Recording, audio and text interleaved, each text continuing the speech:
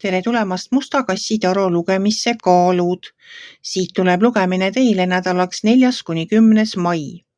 Ma olen teile siia valmis pannud 7 kaarti ja vaatame, mis neil kaartidel teile siis selleks nädalaks öelda on. Aga enne kui ma kaartide juurde lähen, ma tuletan teile meelde, et ühe paki selliseid uusi kassitaru kaarte, nagu mul siin laual on, ma loosin välja kõigi kanali tellijate vahel siis, kui meid saab siia 250. Praegu on meid pisut üle 210. Ma teen siis selle kohta eraldi video, mille all te saate oma osalemissoovist teada anda. Aga praegu läheme kaartide juurde, mis teile selleks nädalaks välja on tulnud. Nädal algab teil siin karikate kuningaga ja kõrval on tal müntide äss. Müntide äss on üks edukamaid kaarte tarokaardi pakis. Ta on nagu rahaliselt edukas kaart, kuna ta on müntide äss. Ja karikate kuningas on emotsioonide valitseja, selline tasakaalukas, kes ei lähe närvi, kes suudab rahu säilitada ka sellises situatsioonis, kus maailm ümberringi möllab. Karikate kuningas on selline kindel, tema juurde võib minna, tema käest saab nõu küsida, tema on rahulik, tema seletab, kui midagi jääb selgusetuks. Vot selline rahulik kuningas on karikate kuningas. No müntide ässast ma juba rääkisin, tema on edukas rahakaart.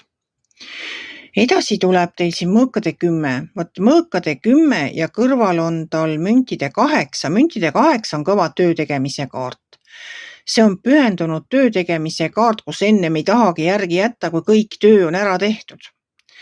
Aga mõõkade 10 on läbipõlemise kaart. See on selline kaart, kus nagu tööd ongi nii hirmsasti tehtud, et enam rohkem ei jaksa, oletegi maad ligi surutud.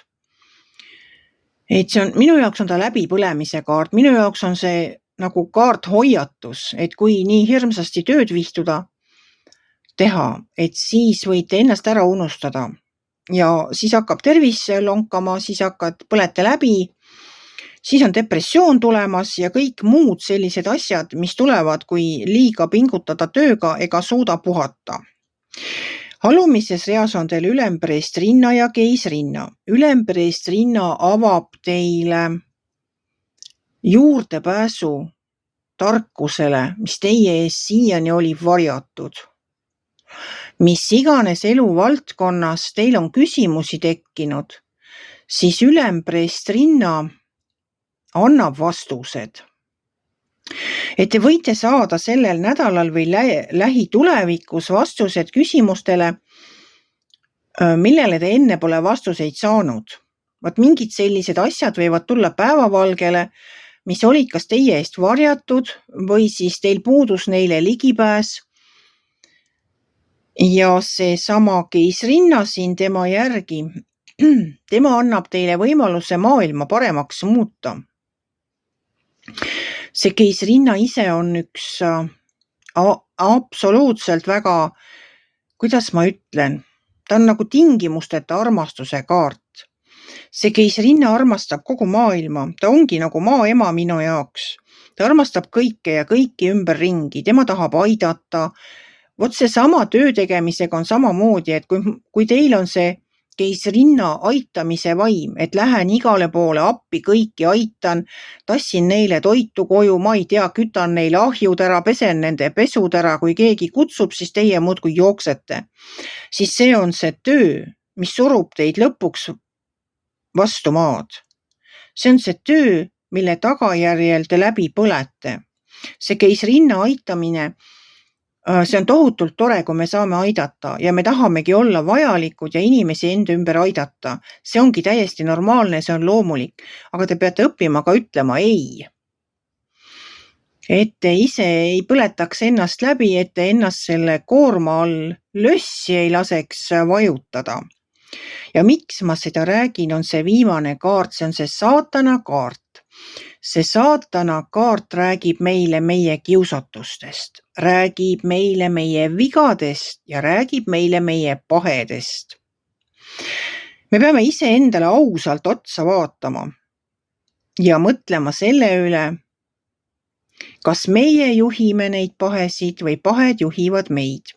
Mina ei tea, mis kiusatused aga meil kindlasti kõigil on mingisugused pahed, mingid asjad, mõni suitsetab, mõni sööb liiga, ma ei tea, mõni armastab võib-olla klatšida, no mis iganes on need meie pahed, siis saatan on siin, kes ei lase, ei taha meid, nagu kuidas ma ütlen, ta ei taha oma orjusest meid lahti lasta ja ega me ise ka võib-olla alati ei taha nendest pahedest loobuda.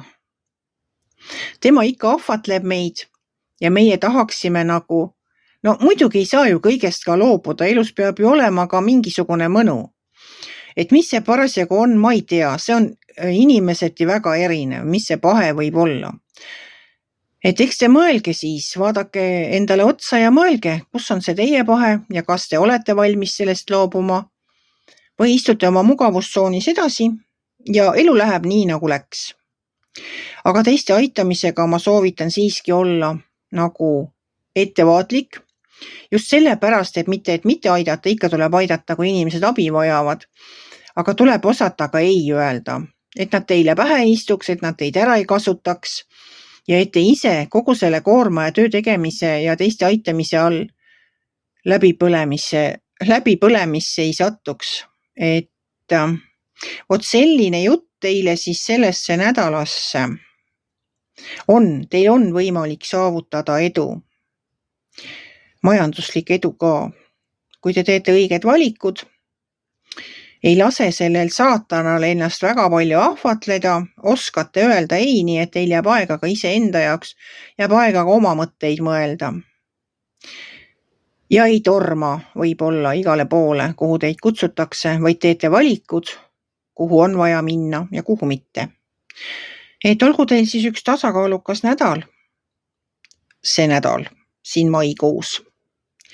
Kui teile minu lugemine meeldis, ärge olge kitsi. Pange ikka like pöial üles ja võite ka kommenteerida. Kohtume järgmisel nädalal.